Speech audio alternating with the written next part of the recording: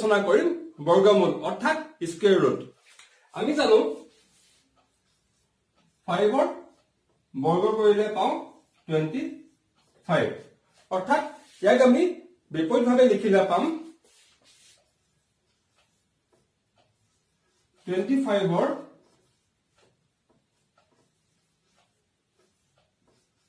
বৰ্গমূল হ'ব 5 ইয়াকে যদি আমি এতিয়া সাংকেতিক আকাৰ লিখিবলৈ যাওঁ হেতু হ'ব root over 25 is equal 5 এটা আমি কেনেকৈ পালো root over 25 is equal root over 5 square 5 square মানে 25 এটা ইয়াত root over square টো উঠি গলে ইয়াত থাকিব 5 অৰ্থাৎ root over 25 ৰ মান হ'ব 5 বিভিন্ন প্ৰকাৰে আমি কোনো এটা সংখ্যাৰ বৰ্গমূল উলিয়াব পাৰো গতিকে তাৰ বাবে আমি প্ৰথমতে আমি লওঁ মৌলিক উৎপাদকীকৰণ পদ্ধতি যেটো আমি বহুত সৰুৰে পৰা ব্যৱহাৰ কৰি আহিছো গতিকে তাৰ বাবে প্ৰথমতে মই এটা সংখ্যা ধৰি লওঁ ধৰিছো সংখ্যাটো হৈছে 324 গতিকে আমি 324 বৰ্গমূল উলিয়াব লাগে মৌলিক উৎপাদকীকৰণ পদ্ধতিয়ে গতিকে প্ৰথমতে ইয়া মই উৎপাদকবোৰ উলিয়াম গতিকে মই 324 পাতি লৈছো সাইডত প্ৰথমতে ইয়াক আমি একেবাৰে সৰু মৌলিক সংখ্যা যেটো হৈছে 2 গতিকে 2 দি আমি ইয়াক হৰণ কৰিম যেটো আমি জানো 2 ৰে বিভাজ্য হ'ব 162 পালো আকৌ 2 দি কৰিলো 81 পালো 3 দি হৰণ যাব 3 ৰে কৰিলে পাম আমি 27 3 দি কৰিলে পাম 9 আকৌ 3 দি কৰিলে পাম 3 এতিয়া আমি ইয়াৰ পৰা পালো 324 is equal 2 into 2 into 3 into 3 into 3 into 3 এতিয়া যদি আমি বৰ্গমূল উলিয়াব লাগে তেতিয়া আমি পাম root over 324 is equal root over হ'ব 2 into 2 into 3 এতিয়া 2 দুটা পূৰণ হৈ আছে তাৰ পৰা মই 2 স্কয়াৰ লব পাৰো 3 চাৰিটা পূৰণ হৈ আছে মই তাক দুটা পৰা ভাগ কৰি দিলো তাৰ পৰা লব পাৰিম 3 স্কয়াৰ into 3 স্কয়াৰ এতিয়া স্কয়াৰ ৰুট হ'ব আঁতৰি গলে থাকিব 2 into 3 into 3 is equal 18 এনেকৈ আমি উৎপাদকীকৰণ পদ্ধতিৰ সহায়ত কোনো এটা সংখ্যা বৰ্গমূল নিৰ্ণয় কৰিব পাৰো এতিয়া আমি যেটো সংখ্যা লৈছিলো 324 ইয়াত তিনিটা অংক আছে এটা মই আৰু এটা সংখ্যা লওঁ 041 এতিয়া এটো সংখ্যাত অংক কেইটা আছে 1 2 3 4 5 6 ছটা অংক আছে এতিয়া এই সংখ্যাটো যদি বৰ্গমূল মই উৎপাদকীকৰণ পদ্ধতিৰে কৰিবলৈ যাওঁ তেতিয়া কি হ'ব এই বহুতবাৰ হৰণ কৰিব লাগিব আৰু উৎপাদকৰ সংখ্যাটো বহুত বেছি ওলাব অৰ্থাৎ ইয়াৰ কাৰণে আমাৰ যথেষ্ট সময় খৰচ হ'ব গতিকে আমি আৰু এটা পদ্ধতি আৰু বৰ্গমূল উলিয়াব পাৰিম যেটো হৈছে হৰণ পদ্ধতি গতিকে এই পদ্ধতিৰে কেনেকৈ বৰ্গমূল উলিয়ায় হেতু চাওঁ এতিয়া প্ৰথমতে মই নাম্বাৰটো পাতি লম 103041 তাৰ পিছত মই ৰাইট হেণ্ডৰ পৰা অংকবিলাকক যোগ কৰি লম 413010 এতিয়া মই এনেকুৱা এটা নাম্বাৰ লম যেটো নাম্বাৰ দুবাৰ পূৰণ কৰিলে 10 ৰ সমান হ'ব বা তাতকৈ সৰু হ'ব গতিকে মই 3 ললো 3 into 3 9 1 নামি আহিলে এতিয়া আমাৰ যেটো সেকেন্ড আছিল জোৰটো 30 এটো নামি আহিব ইয়াত মই 3 plus 3 কৰিব লাগিব 3 plus 3 কৰিলে পাম 6 এতিয়া এনেকুৱা এটা নম্বৰ লম যিটো নম্বৰ মই ইয়াতো বহাব লাগিব আৰু ইয়াতো বহাব লাগিব আৰু দুটা সংখ্যা পূৰণ কৰিলে 130 ৰ সমান বা তাতকৈ সৰু হ'ব লাগিব গতিকে মই 2 ললো ইয়াতো 2 ললো 2 into 62 কৰিলে কিমান পাম 124 এতিয়া কিমান বাকি ৰব আমাৰ 6 এতিয়া আমি এই 2 টু 62 লগত প্লাস কৰিম 2 plus 62 কৰিলে আমি পাম 64 আৰু এফালে নামি আহিব এই পেয়াৰটো 41 এতিয়া ইয়াতে এনেকুৱা এটা নম্বৰ লব লাগিব যেটো নম্বৰ আমি ইয়াতো দিম আৰু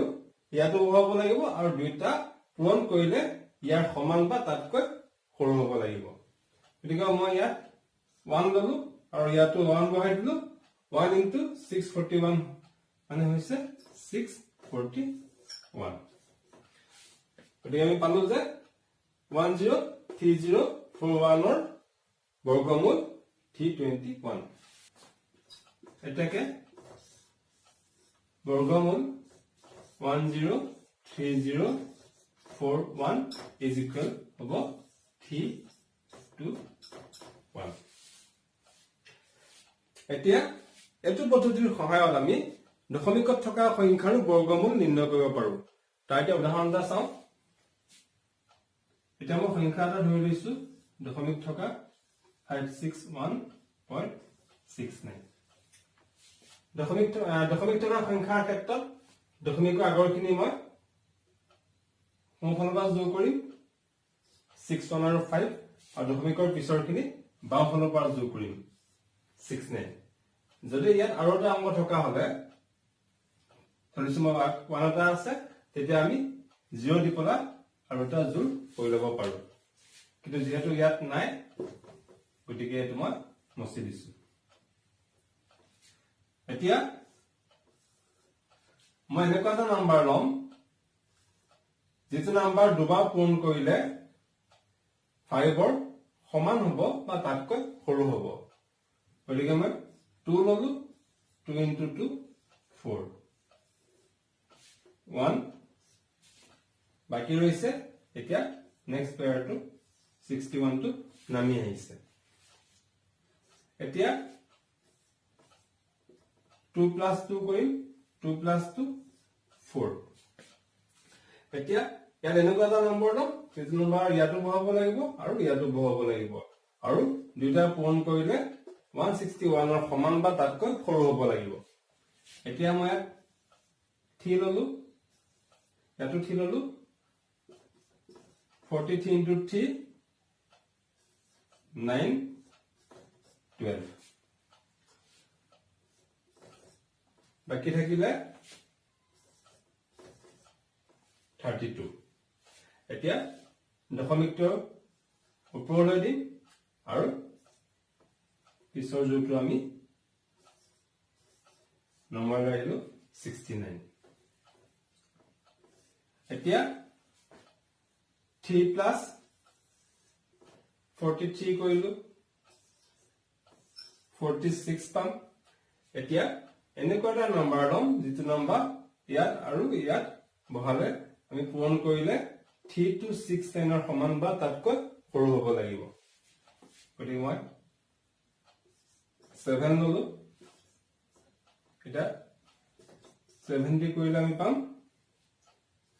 9 6 2 3 এনেকৈ আমি হৰণ পদ্ধতিৰ সহায়ত দশমিক থকা কোনো এটা সংখ্যাৰ বৰ্গমূল উলিয়াব পাৰো ইয়াৰ বাহিৰেও কেতিয়াবা কোনো এটা সংখ্যাৰ বৰ্গমূল আমি অনুমান কৰিও নিৰ্ণয় কৰিব পাৰো এটা কেনেকৈ পাৰো তাকে এবাৰ চাও এতিয়া মই এটা সংখ্যা লওঁ 2116 এতিয়া এই সংখ্যাটো মই দুটা জোৰত ভাগ কৰি লওঁ এটা হৈছে 16 আৰু হৈছে এটা 21 এতিয়া যেহেতু এই সংখ্যাটো এককৰ ঘৰত 6 আছে গতিকে ইয়াৰ আমি যেটো বৰ্গমূল উলিয়াম সেই বৰ্গমূলটোৰ এককৰ ঘৰত হয় 4 থাকিব নহয় 6 থাকিব হয় 4 নহয় 6 কিহৰ কাৰণে 4 into 4 কৰিলে আমি পাম 16 আৰু 6 into 6 কৰিলে আমি পাম 36 গতিকে আমি দেখিলো যে দুইটাতে 6 আছে ইয়াৰ কাৰণে আপোনালোকে মোৰ যে নেক্সট আগৰ ভিডিওটো হেতু চালে ভালকৈ বুজি পাব এতিয়া আহিলো তা আগৰটো আছে 21 এতিয়া এনেকুৱা সংখ্যা লব লাগিব যেটো সংখ্যা বৰ্গ কৰিলে আমি 21 ৰ সমান বা তাতকৈ সৰু পাম যদি মই 5 লওঁ 5 টো স্কয়াৰ কৰিলে 25 পাম যেটো নেকি মই লব নোৱাৰিম যদি 4 লওঁ কিমান হ'ব 4 into 4 16 গতিকে মই 4 লব পাৰিম 4 ললে হ'ব 44 আৰু 46 গতিকে ইয়াৰ বৰ্গমূল হয় 44 নহয় 46 ইহঁতৰ মাজৰ এটাই সংখ্যা হেতু হৈছে 45 যাৰ বৰ্গ উলিয়াবলৈ সহজ গতিকে আমি প্ৰথমতে তাৰ বৰ্গ উলিয়াই চাম 5 into 5 25 5 4 20 আমি পালো 2025 গতিকে আমাৰ যেটো সংখ্যা আছিল 2116 এই সংখ্যাটো বৰ্গমূল 45 তকৈ বেছি হ'ব কিহৰ কাৰণে 45 ৰ যেটো বৰ্গ তাতকৈ আমাৰ যেটো সংখ্যা দিয়া আছে সেই সংখ্যাটো ইয়াতকৈ ডাঙৰ গতিকে ইয়াৰ বৰ্গমূলটো ইয়াতকৈ ডাঙৰ হ'ব গতিকে আমাৰ বৰ্গমূলটো হ'ব 46 এনেকৈ আমি অনুমান কৰি কোনো এটা সংখ্যা বৰ্গমূল উলিয়াব পাৰো আৰু এটা উদাহৰণ লওঁ 841 এতিয়া আমি ইয়াৰ সোঁফালৰ পৰা দুটা কৈ জোৰ লম এটা 41 আৰু 8 এতিয়া এই সংখ্যাটো একৰ ঘৰত 1 আছে গতিকে ইয়াৰ যেটো বৰ্গমূল পাম তাৰ একৰ ঘৰত হয় 1 থাকিব নহয় 9 থাকিব এতিয়া এই আছে এনেকুৱা এটা সংখ্যা লম আমি যেটোটা সংখ্যাৰ বৰ্গ এইটাৰ সমান বা তাতকৈ সৰু গতিকে 9 3 ললে 9 হ'ব গতিকে মই 2 লম গতিকে 2 ললে সংখ্যা দুটা হ'ব 21 আৰু 29 অৰ্থাৎ ইয়াৰ বৰ্গমূল হয় 21 নহয় 29 ইয়াৰ মাজৰ এটা সংখ্যা 25 যাৰ বৰ্গ উলিয়াবলৈ সহজ হ'ব 25 ৰ বৰ্গ উলিয়াই চাম 625 এতিয়া 25 ৰ বৰ্গৰ 625 আৰু আমাৰ সংখ্যাটো হৈছে 841 অৰ্থাৎ 625 তকৈ ডাঙৰ গতিকে ইয়াৰ বৰ্গমূল 25 তকৈ ডাঙৰ হ'ব অৰ্থাৎ বৰ্গমূল হ'ব 29 আপোনালোকে চাৰিটা হোমৱৰ্ক দিলো আপোনালোকে ঘৰত কৰিব ৰিজাল্টটো কি পায় মোক কমেন্ট কৰি জনাব আৰু যদি কিবা সুধিবলগীয়া আছে সুধিব কমেন্ট কৰি মই সহায় কৰিম আৰু ভিডিওটো চাই কেনে পালে সেইটো জনাব ভিডিওটো লাইক কৰিব শ্বেয়াৰ কৰিব আৰু সাবস্ক্ৰাইব কৰিব নাপাহৰিব মোৰ চেনেল জ্ঞানম